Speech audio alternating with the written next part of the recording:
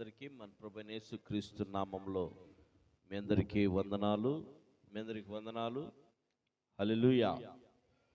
మంచిది, కొద్ది నిమిషాలు దేవుని యొక్క వాక్యాన్ని ధ్యానం చేద్దాం. రాజుల మొదటి గ్రంథం 6వ అధ్యాయం 11వ వచనం చదువుకుందాం. రాజుల మొదటి గ్రంథం 6వ అధ్యాయము 11వ వచనం. చదువమ్మా, మైక్లో చదువు. అంతలో యెహోవా వాక్కు సొలొమోనుకు ప్రత్యక్షమై ఇలాగు సెలవిచ్చెను. ఈ మందిరమును మళ్ళా చదువు అమ్మా. చిన్న ప్రార్థన చేసుకుందాం. ప్రేమ కలిగిన తండ్రి, చిమ్మగల యేసయ్యా, శివాధిపతి వందనాలు. వాక్యమును ధ్యానం చేయబోచుండగా అల్పండి నన్ను సిలువ చాటును భద్రపరచుకోమని, నా నోరు నీ బోరుగా వాడుకోమని ఉంచున్న వారందరితో మాట్లాడడం నేస్తున్నామని వేడుకుంటున్నాం తండ్రి, ఆమేన్. మరొకసారి చదువమ్మా, మరొకసారి చదువు. అంతలో యెహోవా వాక్కు సొలొమోనుకి ప్రత్యక్షమై ఎలాగ సెలవిచ్చెను. ఇలాగంటే చదువు 12వ వచనం. ఈ మందిరమును నీవు కట్టించుచున్నావే. అమ్మా, నీవు కట్టించుచున్నావే. నీవు నా కట్టడలను న్యాయ విధులను అనుసరించి నడుచుకొనుచు నేను నియమించిన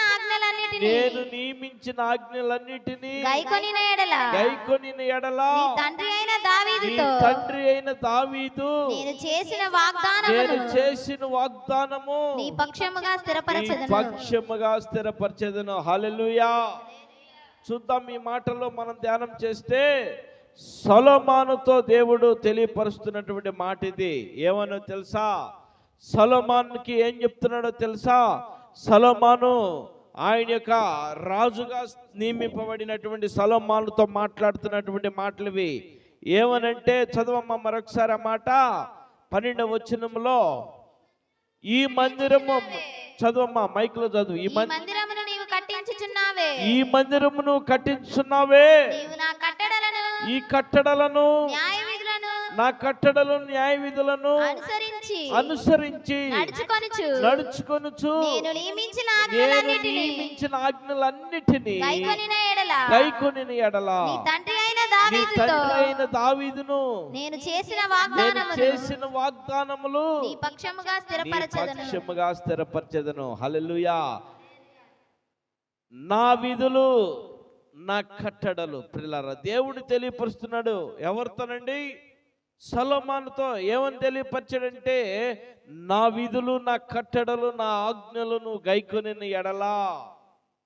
అంటే నా విధులేంటి, నా కట్టడలేంటి, నా ఆజ్ఞ ఏంటి? ఆయన కట్టడాలు అంటే ఏంది? గృహాలు కట్టడం, మందిరాలు కట్టడం అవి కాదు.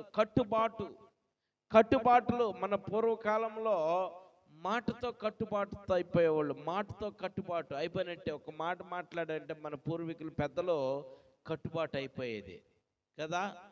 చిన్న ఎగ్జాంపుల్ మీకు ఈ మాట తెలియపరచాలని ఆశపడుతున్నాను. ఒక 25 సంవత్సరాలు వెనక్కి వెళ్తే ఒక 25 సంవత్సరాలు వెనక్కి వెళ్తే మన పల్లెలో క్రిస్టియన్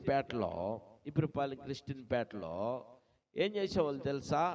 ఎలక్షన్ వచ్చినప్పుడు పెద్దలందరూ కూడా సమకూడేవాళ్ళు. లైబ్రరీ దగ్గర సమకూడి, ఈసారి మనం అందరం కూడా ఈ పార్టీకి చేయబోతున్నాం, మీరెవరు కూడా ఎవరి దగ్గరికి వెళ్ళొద్దు, ఎవరి దగ్గర మీరు డబ్బులు తీసుకోవద్దు, ఈ పార్టీకి మనం చేయబోతున్నాం అని కట్టుబాటు మాటతో కట్టేసేవాళ్ళు. ఆ పార్టీ కలిగిన వాళ్ళు మన దగ్గరికి వచ్చేవాళ్ళు. వచ్చినప్పుడు వాళ్ళతో చెప్పేవాళ్ళు, మేమందరం ఈసారి నీకే చేస్తాం, నీ పార్టీకే మేము ఓటేస్తాం, నీ పార్టీనే గెలిపిస్తామని కట్టుబాటుగా మాటతో కట్టేసుకునేవాళ్ళు. మాటతో. అంతేగాని అప్పుడు ఏం కట్టేవాళ్ళమ్మా? గోడ కట్టేవాళ్ళ అమ్మా?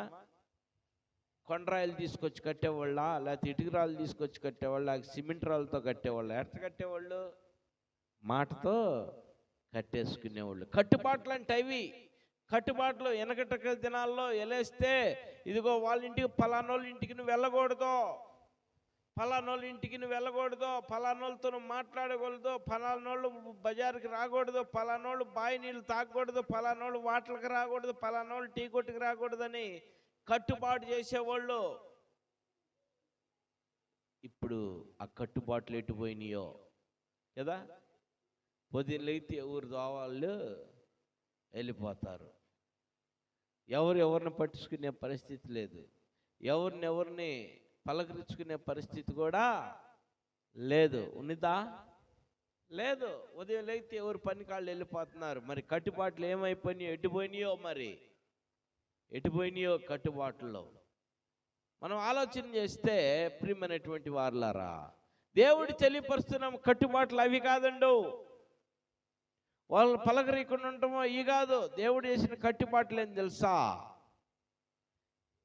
యోహాను సువార్తలో ఉంది, నేనే మార్గము, నేనే సత్యము, నేనే జీవమునై ఉన్నాను. అది కట్టుబాటు. 6వ అధ్యాయం 14వ వచనం ఉంటుంది. యోహాను సువార్త 6వ అధ్యాయం 14వ వచనం చదువమ్మా. 6వ అధ్యాయం 14వ వచనం.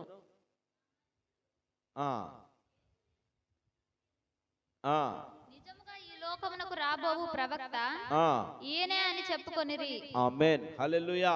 నిజముగా రాబో ప్రవక్త ఈయనే. కారణం ఏంటో తెలుసా? 14వ అధ్యాయం, యోహాను సువార్త 14వ అధ్యాయం చదువు. 14 నేనే మార్గము, నేనే సత్యము, నేనే జీవమునై ఉన్నాను.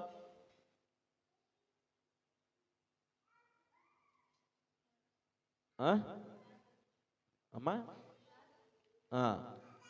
6వ వచనం అట్టుంది. నేనే మార్గమును, నేనే మార్గం. 6వ వచనం. సత్యమును, నేనే సత్యమును, జీవమును, నేనే జీవమును, నా ద్వారానే తప్ప ఎవడును తండ్రి యొద్దకు రాడు. ఇది కట్టుబాటు. నేనే మార్గము, నేనే సత్యము, నేనే జీవమునై ఉన్నాను. నా ద్వారే తప్ప ఎవరు కూడా తండ్రి యొద్దకు రాడు. పిల్లారా, వెనకటి దినాల్లో కట్టుబాట్లు ఎలా ఉండే అంటే చాలా పటిష్టంగా ఉండే. పిల్లారా, దేవుడు తెలియపరిచే ఇశ్రాయేలీ ప్రజలకి కట్టడాలు, ఇశ్రాయేలీ ప్రజలకి ఆజ్ఞలు నిర్గమకాండం 20వ అధ్యాయంలో ఉన్నది. ఏమని ఉందంటే కట్టుబాటు. అది ఏమని? మొదటి వచనంలో ఉంది కట్టుబాటుతనం. చదవమ్మ మొదటి వచనం. ఆకాశం మందన్నే గాని, భూమి పైనే గాని, భూమి కింద నీళ్లే గాని దేని రూపము నువ్వు చదువమ్మా. మైక్లో చదువు. అది మొదటి వచనం మైక్లో చదువు. చదువు మైక్లో చదువు. నీ దేవుడైన యెహోవాను నేనే, నేను తప్ప వేరొక దేవుడు నీకు ఉండకూడదు. మొదటి నుంచి చదువమ్మా. దేవుడు ఈ ఆజ్ఞలన్నీ వివరించి చెప్పాను. నీ దేవుడైన యెహోవాను నేనే దాసుల గృహమైన ఐగుప్తు దేశంలో నుండి నిన్ను వెలుపలికి రప్పించి తిని నేను తప్ప వేరొక దేవుడు నీకు ఉండకూడదు. పైన ఆకాశం అందే గాని, కింది భూమి అందే గాని, భూమి క్రింద నీళ్ళయ్యే గాని ఉండు దేని రూపమునైనను విగ్రహమునైనను నీవు చేసుకొనకూడదు. వాటికి సాగిలపడకూడదు. వాటిని పూజింపకూడదు. ఏలయనగా నీ దేవుడైన యెహోవాను నేను రోషము కలిగిన దేవుడను. చెప్ప హల్లెలూయా. ఎవరంటీనా? రోషము కలిగిన దేవుడంట. దేనికి రోషము కలిగిన దేవుడు? దేనికండి రోషము కలిగిన దేవుడు? నేను తప్ప నీకు వేరొక దేవుడు ఉండకూడదు. నేను తప్ప నీకు వేరొక దేవుడు ఉండటానికి వీలు లేదు. కారణం ఏంటో తెలుసా? ఆకాశం అందే గాని, భూమి అందే గాని, భూమి కింద నీళ్లు అందే గాని ఏ రూపమునైనా నువ్వు చేసుకుంటానికి వీలు లేదు. దేనికి నువ్వు సాగిలపడటానికి వీలు లేదు. దేనిని నువ్వు నమస్కరించడానికి వీలు లేదు. నేను తప్ప నీకు వేరొక దేవుడు ఉండటానికి వీలు లేదు అని ఖండితముగా ఆయన ఆజ్ఞల ద్వారా, ఆయన కట్టడాల ద్వారా ఆయన ఖచ్చితంగా ఇశ్రాయేలీయుల ప్రజలకి తెలియపరిచాడు పిల్లారా. ఇశ్రాయేలీయుల ప్రజలు తెలియపరిచినప్పుడు ఇశ్రాయేలీయుల ప్రజలు ఏం చేస్తున్నారు తెలుసా? వారిష్టం వారి జీవితం జీవిస్తూ ఉన్నారు. ఎలా తెలుసా? దేవుని అనుసరింపకుండా, దేవుని మార్గాన్ని నడవకుండా, వారి ఇష్టానుసారమైన జీవితం జీవిస్తూ, వారి ఇష్టాన్ని బ్రతుకుతూ, దేవుణ్ణి ఆరాధించకుండా, దేవుని సన్నిధికి రాకుండా వ్యతిరేకంగా దేవుని కార్యకలాపాలు చేస్తూ ఉన్నారు పిల్లారా. దేవుడు అలాంటి కార్యకలాపాలు చేస్తున్నటువంటి వారిని ఏం చేశాడు? ముప్ప తిప్పలో పెట్టాడు పిల్లారా. ఇదిగో ఈ సొలొమోనుతో చెప్పిన మాట ఏమని? ఈ సొలొమోనుతో చెప్పిన మాట, నా కట్టడలను నా ఆజ్ఞలను గైకొనిన ఎడలా, నా కట్టడలు నా ఆజ్ఞలను కానీ గైకొంటే, ఇదిగో దావీదుకు చూపినటువంటి శాశ్వతమైనటువంటి కృప, దావీదుకి ఇచ్చినటువంటి ఆ యొక్క ప్రమాణాన్ని పక్షంగా నెరవేర్చబోతున్నాను. చెప్పు హల్లెలూయా.